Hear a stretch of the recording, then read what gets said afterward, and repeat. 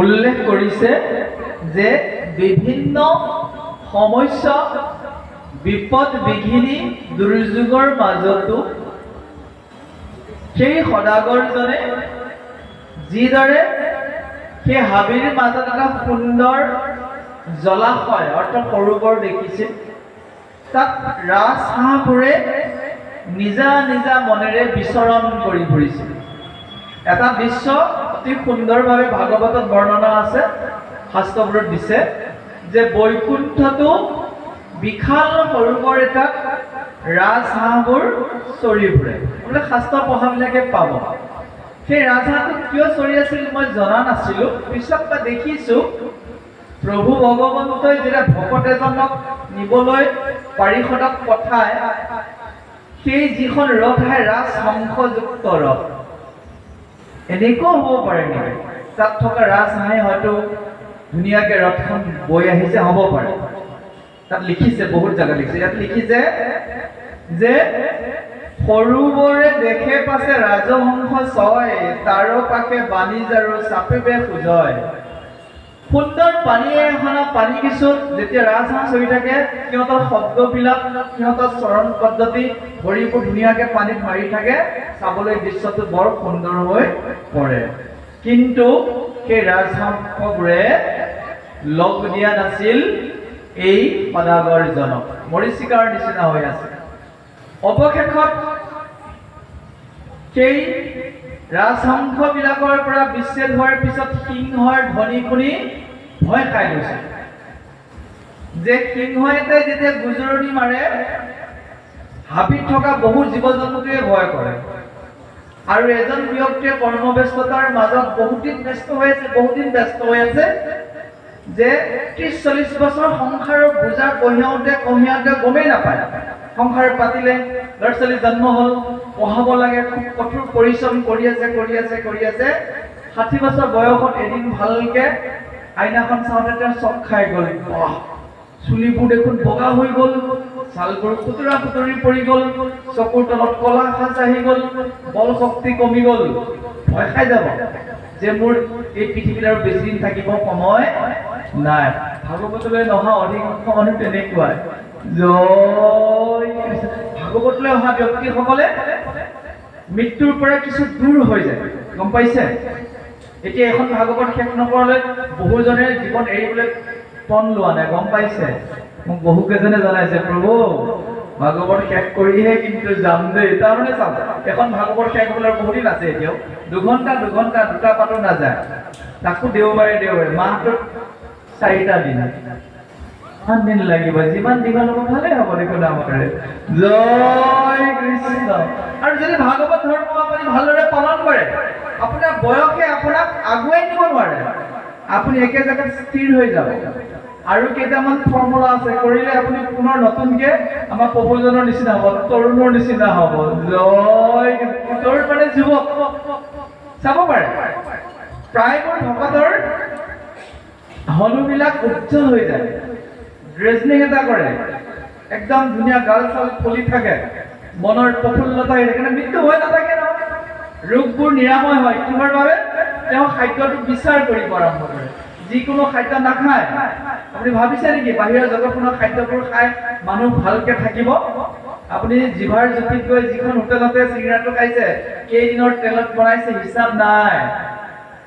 আপুনি যে chicken fry কৰিবলৈ যে দিছে লেগ পিচটো, তাত হয়তো অকণ চাগে গোন্ধাইছে, ফ্ৰিজত থৈ ঠাণ্ডা কৰি থৈছে, আকৌ উলিয়াই লৈ তাকে তেলত গৰম কৰি দিছে কাৰণে আপুনি গম পোৱা নাই। সেইখিনি আচলতে প্ৰয়োজন হৈ গৈছে। ভাবে নেকি ডাঙৰ 5-star হোটেলবিলাকত সদায় ছাগলী মাৰি আছে, ব্ৰইলাৰ মাৰি আছে, এদিনেই মাৰিছে, 3-4 দিন খেদি আছে, গম পায়? হায় ৰে হায়। জয় কৃষ্ণ। এটা মাছ মাৰি আনি 8 ঘণ্টা থলে সি লৰি যায়, গোন্ধোৱা আৰম্ভ কৰে। আৰু অন্ধ্ৰপ্ৰদেশৰ পৰা মাছ আহে 3 দিন 3 ৰাতি ট্ৰাকত আহি গুৱাহাটীত জমা হয়, ডিষ্ট্ৰিবিউট হয়। মৰিগাঁও মায়া বজাৰত থাকে 3 দিন।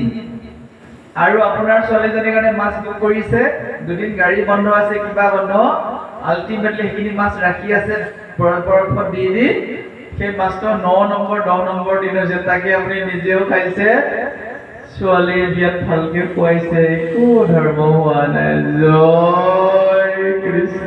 জানিব লাগে প্ৰেক্টিকেল, এইবিলাক বহুত বাস্তৱসন্মত কথা। আপুনি আপোনাৰ ছোৱালীজনী ল'ৰাটোৰ বিবাহ কাৰ্যত ভালদৰে এসাঁজ খুৱাইছে কাক?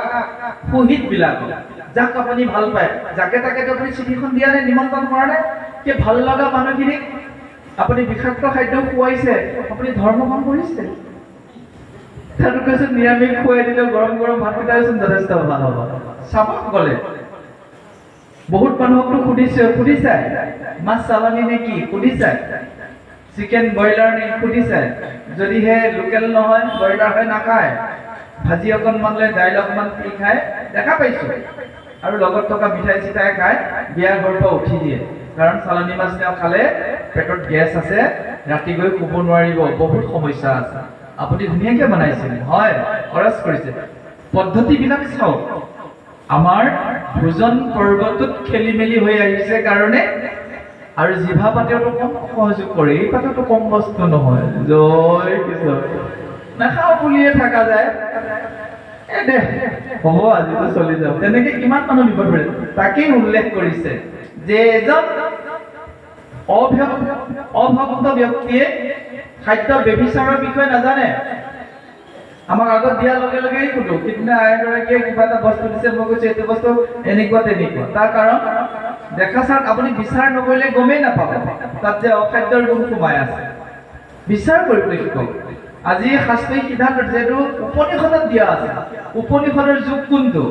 প্ৰভু ভগৱন্তই নিজ মুখেৰে যেতিয়া বেদখন কৈ যায়, ততো নাভি কমলত ব্ৰহ্মা বৈলাজত, তেতিয়াই পৰাই সেই শ্লোকবোৰ লাহে লাহে আগুৱাই কৈছে আহাৰ শুদ্ধ সত্য শুদ্ধি। শুদ্ধ আহাৰ নহলে আপুনি ভালদৰে জীৱন যাপন কৰিব নোৱাৰে। সিদ্ধান্ত দিছে আহাৰ শুদ্ধ সত্য শুদ্ধি, সত্য শুদ্ধ ধ্ৰুৱ। আপুনি যদি সতেজ আহাৰ খায়, মই 3 ঘণ্টা পাৰ হোৱা আহাৰ মই নাখাওঁ কিন্তু। জয় কৃষ্ণ। আমাৰ ভাগৱতৰ বৈষ্ণৱ মাৰ্গৰ মতে জুই আৰু পানী সংযোগ কৰা চাউলেই হওক, দালিয়েই হওক, শাক পাচলিয়েই হওক, 3 ঘণ্টাৰ পিছত তাৰ প্ৰটিনটোৱে সুক্ৰিয়া নকৰে, দুষ্ক্ৰিয়া কৰে। যাতায়ায়ম বুলি কোৱা হৈছে, শব্দৰ নাম যাতায়ায়ম।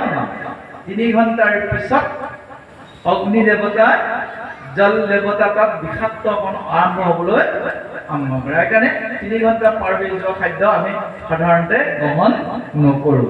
জানিবলগীয়া কথা। ফ্ৰেছ কিছুমান মানে মই ওলাই থাকোঁতে খায়, ফ্ৰেছ তেনেকুৱা হোৱাটো উচিত। অৱশেষত কৈছে তাতে বিবিচাৰ ধৰ্ম প্ৰৱৰ্তে সদায়, পাছে বানৰৰ লাভ লৈয়া থাকে যায়। যদি আপুনি সৎসংগ নাপালে, সাধু সংগ নাপালে, আপোনাৰ জীৱনটো কি অকলশৰীয়া। এতিয়া আচলতে আমি গোটেই ভকতবোৰ একেলগে আছো, আপুনি জানে বৃহত্তৰ এখন সমাজৰ আমি অংশীদাৰ। যিজনে এতিয়া এই এনেকুৱা ঠাইলৈ অহা নাই, আপুনি ভাবকচোন, আপুনি অকলশৰে ঘৰতে বন্দী হৈ আছিল। ব্যৱসায় কেলকুলেট মাৰিলে, টোটেলটো চালে, দোকানলৈ গ'ল, বজাৰ অলপ কৰিলে, ঘৰত গৈ ঘিহৰ মকৰা জালখনতে বন্দী, কাৰো লগত সম্পৰ্ক নাই। কিন্তু এতিয়া চাওক, হয়তো কোনোবা এজন প্ৰভুৱে কোনোবা এগৰাকী আইক মাত বোল নাই ইয়াত, কিন্তু কৰবালৈ গুৱাহাটীলৈ গ'ল, আহে আপুনি ৰাস মন্দিৰত যে ভাগৱতলৈ আহে, হয় অমুকত ঘৰ হয়নে, একেলগে মৰিগাঁও, তাতেহে আপোনাৰ চিনাকি হ'ব, কথা বতৰা হ'ব। ঠিক সেইদৰে আমি এটা মাৰ বান্ধি আছো। আমাৰ এই মাৰটোৰ নাম হৈছে সাধুৰ সংগ। লিখিছে যে অন্য মুখ চাই ভাবুকি পৰাই, পাখৰিলা সিংহৰ পূৰ্বৰ যত হয়। এইদৰে আমি আমাৰ ব্যভিচাৰ ধৰ্মত লিপ্ত হৈ তুলনা কৰিছো। বান্দৰ একেবাৰে মুহূৰ্তও স্থিৰ হৈ থাকিব নোৱাৰা এটা প্ৰাণী। এই বান্দৰে তাৰ সংযমবোৰ তাৰ নাথাকে, আৰু সিডালৰ গছৰ পৰা সি বগাই চাই গম পাইছে। আপুনি যদি জগন্নাথলৈ যায়, জগন্নাথত চাগে খুব কম আছে, মই যোৱা নাই, বৃন্দাবনলৈ আপুনি গ'লে আপোনাৰ অলপ মস্কিলেই আছে, ইমানবোৰ বান্দৰ আছে। চশমাযোৰো সাৱধান হ'ব লাগিব, হাতত নিয়া ফলটো আৰু সাৱধান। যদি ফল নিছে ইমান সুন্দৰকৈ কি লৈ যাব বুলি গমেই নাপাওঁ। মোৰে হৈছিল একাদশী আছিল, ফল এটা কিনিলোঁ, মই নাজানো মায়াপুৰৰ ঘটনা, মায়াপুৰ নহয়, পৰিক্ৰমা কৰি আছোঁ গোবৰ্ধন, একাদশী আছিল, খোজ কাঢ়িব লাগে ৩৬ কিলোমিটাৰ, নাংগা পাওঁ খালী ভৰিয়ে, দিগন্ত বহুত খোজ কাঢ়িছিলে আৰু কেইজনমান মুখত ঘূৰিছিল, খালী ভৰিয়ে গোটেই ৰাতিপুৱাৰ পৰা গোটেই যদি ৩৬ কিলোমিটাৰ খোজকাঢ়ি দিয়া যায় বহুত উপকাৰ হয়। শাস্ত্ৰত লিখা, তাততো অলপ বেলেগ ধৰণে কৰে, তাত পদক্ষিণটোৱে বেলেগ ধৰণৰ, এইখিনিৰ পৰা সেইখিনিলৈ গৈ এক মানা কৰিব, তেনেকে বহুত বছৰত কৰে। একাদশীত অন্ন গ্ৰহণ কৰা নাই, ফল এটা কিনি মই গৈ আছো। মোৰ পিছত যে বান্দৰ এটা আছে মই নাজানো, সি ইমান সন্তৰ্পণে গৈ আছে মই গমেই নাপাওঁ, ধুনীয়াকে গৈ সি একদম ইমান ধুনীয়াকে লৈ গৈ আছো, মোৰ গাত টাচ হোৱা নাই, ফলটোত টাচ কৰিছে, মই গম পাইছো কিবা এটা টাচ কৰিছে। পিছতে চাইছো যে বান্দৰৰ ভয়ো লাগি গ'ল, নিব নোৱাৰিলে সি, মই ৰাখি দিলো। কিন্তু পিছত ভাবিলো ইচ্ছা কি ইচ্ছা কৰিছে তাকেতো দি দিয়াই ভাল, আৰু মই দি দিলো। এই যে বান্দৰবিলাকৰ লগত তুলনা কৰাৰ অৰ্থটো যে আপুনি অতি চঞ্চল নহয়। বাক্যটো এনেকে দিছে যে ইডালে সিডালে দেৱা দেৰি কৰি ফুৰে, বুজিও জীৱতা হয় দৃষ্টান্ত ইহাৰ, সিংহৰ আত্মা যেন কালচা কবৰ। হে নৰনাৰীগণ স্থিৰ হওক। এতিয়া আমি এটা স্থিৰ সিদ্ধান্তত আহিলো যে কৃষ্ণ আমাৰ শ্ৰেষ্ঠ দেৱ। আপোনালোকৰ দ্বিমত আছে নেকি? মোৰ কিন্তু নিজা দ্বিমত নাই, আৰু মোৰ এইটো অচল অটল, এক দেও এক ক্ষত স্থিৰ। কাৰোবাৰটো একত নাহি ডেৰ হৈ আছে চাগে, হয়, কাৰোবাৰ 2 হৈ আছে, কাৰোবাৰ 2.5 হৈ আছে। কমাব পৰিমাণ বিলাক অলপ অলপ। জয় দিছে আমাৰ আই এগৰাকীয়ে ইংগিত দিছে, একত আছে, বহুতে আছে। ডেৰ বিলাকৰ অলপ মুস্কিল থাকে, তাৰমানে ভগৱানৰ পৰা কি হয় সম্পূৰ্ণ কৃপাটো পোৱা। একত আজি নহ'ব, কালি হ'ব, আজি কষ্ট পাইছে, দুখ পাইছে, পুৰা ভগৱানৰ কৃপা, আৰু যিদিনাখন তেওঁক তুলি ধৰিব আপুনি জানিব। সেইকাৰণে কৈছে হে নৰনাৰীসকল, যে এদিন আমাক কাল আহি সন্মুখত পৰি যাবই লাগিব, আৰু সেইটো দিনত অতি অধীৰ আগ্ৰহে বাট চাই আছে। কোনদিনা প্ৰভু ভগৱত মন্দ সুনন্দ পাৰিষদে আহি ৰাজহংসযুক্ত ৰথখনলৈ আহে, কয় যে আপোনাৰ যাব হ'ল বলক। কিমান ভাল লাগিব চাওকচোন, তাতে মৃত্যু ভয় নাই ভকতৰ, আৰু সৰ্বসাধাৰণ মানুহে মৃত্যু বুলি ক'লে ভয়ত কম্পমান হৈ থাকে। তাকেই সুন্দৰভাৱে বুজাই দিছে। আহক আমি প্ৰভুজনৰ মিঠা কণ্ঠৰে শ্ৰৱণ কৰোঁ। জয় কৃষ্ণ।